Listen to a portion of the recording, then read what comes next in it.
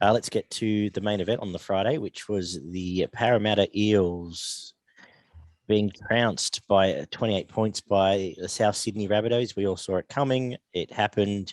What do we take? Do some stats, Barney, and what does it all mean going forward? Yeah, 2 tries to 6, 2 out of 2 conversions, played 6 out of 6, 2 out of 3 penalty goals for Souths. 89% completion, played 88, 33 out of 37 sets, played 36 out of 41. Again, 125 plus post-contact meters from the Souths team, 2 line breaks to 9, 16 tackle busts to 29, 13 offloads to 11, 2 forced dropouts by Parramatta, 1 by Souths, no 40-20s, 381 tackles played, 327, 1 ruck infringement to 4, 1 inside the 10 for both teams, 7 penalties conceded by Parramatta, 2 by Souths, 6 errors to 5. Papali'i with 49 tackles. It's weird when there's 2 Papali'is game after game. Cook with 45. Wacka Blake with 200 meters and Mansour with 254. Gutho made a tackle, missed 3. Dunster missed 3, and about 4 others, I think. Mild and Arrow both missed 3 for Souths. Mansour with 171 Supercoach points. Murray with 92. 2 other Souths players before you get down to Wacka Blake with 81. Wow, man. Parramatta, I don't think, would have scored a point in this game if Mitchell Moses hadn't come back. He was the catalyst for anything good in their attack, which was all added up, probably was about 5 minutes of good attack, to be honest. They're missing RCG, I think. I know you wouldn't have said that probably 2 years ago that anyone would be missing RCG, but it's just that no nonsense, take the ball straight through the middle, whereas the rest of this forward pack want to stand in tackles and try to offload or, fuck around and try to play early ball and pass before the line. Sometimes you just got to put your head down and run straight through the middle of the pack. And in this game, again, as I said, they didn't do it. By mucking around in the play the ball, looking for offload, you either end up with a slow play the ball, or half the time you end up with a messy ball popped out the back, which is generally goes to no advantage. Sometimes you can pick it up and run away and make more meters, but half the time you get stuck back behind where you pass the offload. Nathan Brown's a special for that because he has that massive run up. He ends up, once he gets tackled, he just flings it out the back and they end up back where he starts a lot of the time. Yeah, so I think they've got to start just first and second tackle, just putting their head down and going into the line and then looking for the offloads off the back of that. But because it's slowing down their play the ball. The young hooker, that's a massive Mahoney, that's massive out for Parramatta now. And the worst part is the bloke makes 50 tackles a week. So 2 shoulder injuries in the space of 12 months can't be good for his career, to be honest. He's an impressive player, but it's not going to be great, I don't think. Souths were impressive, but they were still a little bit below their best, I thought. Their whole pack ran for 100 meters. Not much more than that, but they all shared the work around and did the job that they needed to do.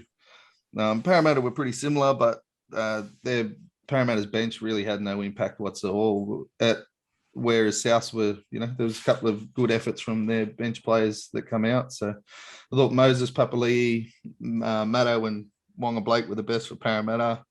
Reynolds had a really good game. I thought he took control of the game very well off the back of some quick play the balls provided by Murray and Cook doing a little bit of work out of dummy half. And obviously Mansour just finished extremely well out on that edge. Best job in the world for a winger for the next probably 2 years, the last 2 years has been South's left edge wingers, isn't it? But there was blood in that water, and that was the difference almost in the game. There was blood in that water on that left edge. About 10 minutes in, Hayes came in and they just missed, and then Hayes came in again and they just missed, and then you could see it coming a week away. And once it happened, they either didn't learn, but what Cody Walker does is he gets to the point where he makes you second guess having to come in, because if you don't, he's still got Gay Guy there and he's still got Latrell. Yep. So they either train or coach for Latrell coming in, or they just have to cop it sometimes. But that was the difference. I thought Latrell was in a mood for a lot of it. The stats, I know he had a bit hand in a lot of them, but the stats don't actually reflect. But I thought every time he touched the ball, it looked like something was going to happen. Yes. And he floated to that right side a lot. And obviously Cameron Murray now back in that team is a difference between them being a half decent team to being a premiership team, I'd say. Now I think I'm nearly on board with them being the third chance in the comp. Oli, what do you take out of it? Oh, well, one play in particular I thought really summed up the game. And it was astonishing that this was a game between two top four sides because Parramatta looked gassed about halfway through into the second half. And I believe it was Jackson Paulo's try. Just the offloads that South Sydney were able to get away to get to that try does not happen when there's two top four sides versing each other. It was just astonishing. And I think the couple of tries after that weren't too dissimilar where, I mean, kudos to South Sydney for having that great support play, being able to get that offload away a few times and it leading to a try. But that was just abysmal defense from Parramatta. I think that really summed up the game for me. I mean, there's not too much more I can say, really. So we need to talk about Parramatta quickly. I don't want to spend ages on it. It seems to be the theme of the media, but there's the issue with BA has 1 year left. Are Parramatta a premiership team that he's not good enough? Or the alternative view, are they just an average team that he's got the best out of, Barney? Yeah, I'd go with the alternative view, to be honest. I think that he's dragged a team that should be probably around the fringe of the 8 up into the top 4 consistently for the last couple of years. Yeah. He did have a few favours when he first came in, considering how low a base he started, obviously. He's just taken them from absolutely nothing to get them up into the top 8, and then he's been pushing for the top 4 for the last few years. So I can't. Obviously, it's going to come to the crunch now where one of them has to go. Either he's going to have to go and clean out a few players, or he's going to be pushed aside because it's just come to that point. He's been there that long that they either need to continue to grow or something has to change. So they've sort of plateaued the last couple of years, and the way that they fade away at the back end of the year is pretty concerning. Yeah, and that's the thing. He's got them from wooden spoon in 2018 was it, to a top 4 team the last 2 years. They're probably going to finish 5th this year, actually, but effectively a top team for a lot of the year. I think they've overperformed. When you really sit back and look at who they've got, they've found, I guess, Papi and Madison and Reed Mahoney in that time. Gutho's a star, but he's not a superstar. He's not a Tommy or a Teddy or it's that next level, a Latrell. So he's just that level down, busts his ass, tries hard. And Dylan Brown hasn't flourished like a lot of us thought he would this time last year. So I think in a way they've overperformed. Parramatta fans don't see it that way, whatever that means, whether they're quite harsh, which a lot of the ones we know are, but maybe they're just overperforming with a Newcastle level roster.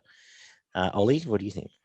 I'd actually disagree. I do think that squad as a whole at least did have the potential to win a premiership. They do have the talent as a whole. Sure, there's not necessarily your superstars in there, but as you said, a few hard workers and players who are probably just that level below. And yeah, I'd say they still, not right now, but last year definitely had the potential to win the comp. And probably if they continued playing the way they did for the first half of the season, who knows? But yeah, I just feel as well, there comes a time in every club coach relationship where it's just gone on that bit too long. And we start seeing consistency in terms of failure. And it's weird to say because Para are going to just finish outside the top 4 this year. They finished there last year, and the year before that, I think they finished 5th. But it's just that glass ceiling. I think Parramatta have banged on their glass ceiling with a Brad Arthur. Let's just say hypothetically they bring in Wayne Bennett next year. I think it's going to be hard because they're right at the end of that premiership window. But you could potentially see a Wayne Bennett taking that side and possibly at least getting them to do better, at least make a preliminary final instead of going out in straight sets or win a finals game. But yeah, it happened with Nathan Brown, I think, as well at Newcastle. He took them from back-to-back wooden spooners to not the top 8, but to around 11th, that sort of mid area. And I think the reason why clubs like to hang on to coaches for a long time too is because what they have done in the past with the club. Nathan Brown, he took Newcastle from last on the ladder to about 11th, which was an amazing feat for Newcastle because they were well and truly in the shit. And he took them to that level. So they sort of held on and gave him a bit of a chance. You look at Paul Green at the Cowboys, probably should have gone a couple of years ago. Premiership winning coach, they held on. He took them to their first premiership, so they held on that little bit too long. And I feel like we're getting that with Brad Arthur now, where he's taken them from original back-to-back wooden spooners in 2012-13 to 4th in 2017.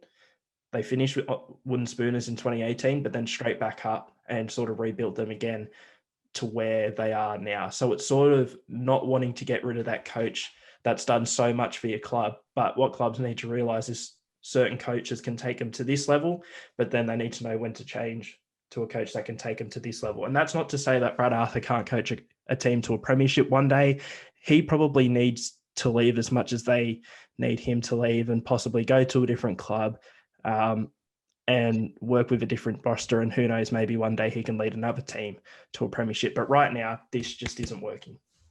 If something weird happened tomorrow and you woke up and the front page or the back page of the paper, let's say, was Arthur to Titans effective immediately, would you be happy, sad, indifferent to the change? Oh, look, it depends in what context, because if we're taking into consideration, I guess, Justin Holbrook being at the club and the current position the club's in now, I would be a bit disappointed because I feel like Holbrook's still got some work to do and he can get the Titans to possibly a consistent 5th to 8th team.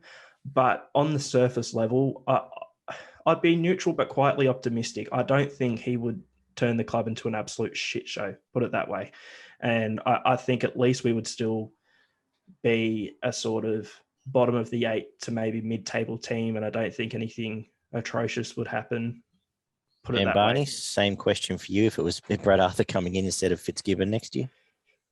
Obviously, we haven't seen Fitzgibbon, so it's a bit of a sort of up in the air. Sorry, but from where they are right now, let's say. No, I've got a lot of time for Brad Arthur, to be honest. I think he's very defensively sound coach, and he gets the best out of his attack a fair bit, to be honest, considering how his halves let him down quite a bit, especially in the bigger games. So I'd actually probably be positive on the move, to be honest. I can't see any holes in Brad Arthur as a coach, so yeah, I think he'd be more than I'd be more than happy to have him coaching the Sharks. It's a funny thing. Someone mentioned, I think just in one of our group chats, that hey, what about a swap for Madge? And it actually wouldn't be the worst. That was me. Yeah. But the more you think about it, both sides might actually benefit with their current rosters for that change. But Moses might get a few more cuddles, and Moses, Tigers might get a bit more. Whatever. I don't know. But I think he's potentially harshly treated. Is Brad Arthur for some of the cattle. I don't think they're on the level at all with the top 3 teams, and you could argue they are Manly level, but they don't have a Tommy, which I think that's probably a fair enough comparison. Yep.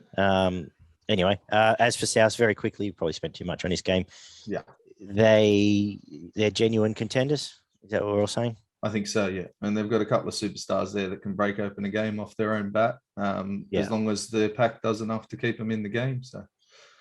Well, surprisingly enough, I was actually really impressed from what I saw in Manly on Saturday night. I'm not changing my tip from a Penrith Melbourne grand final, but I've still personally got Manly over Souths.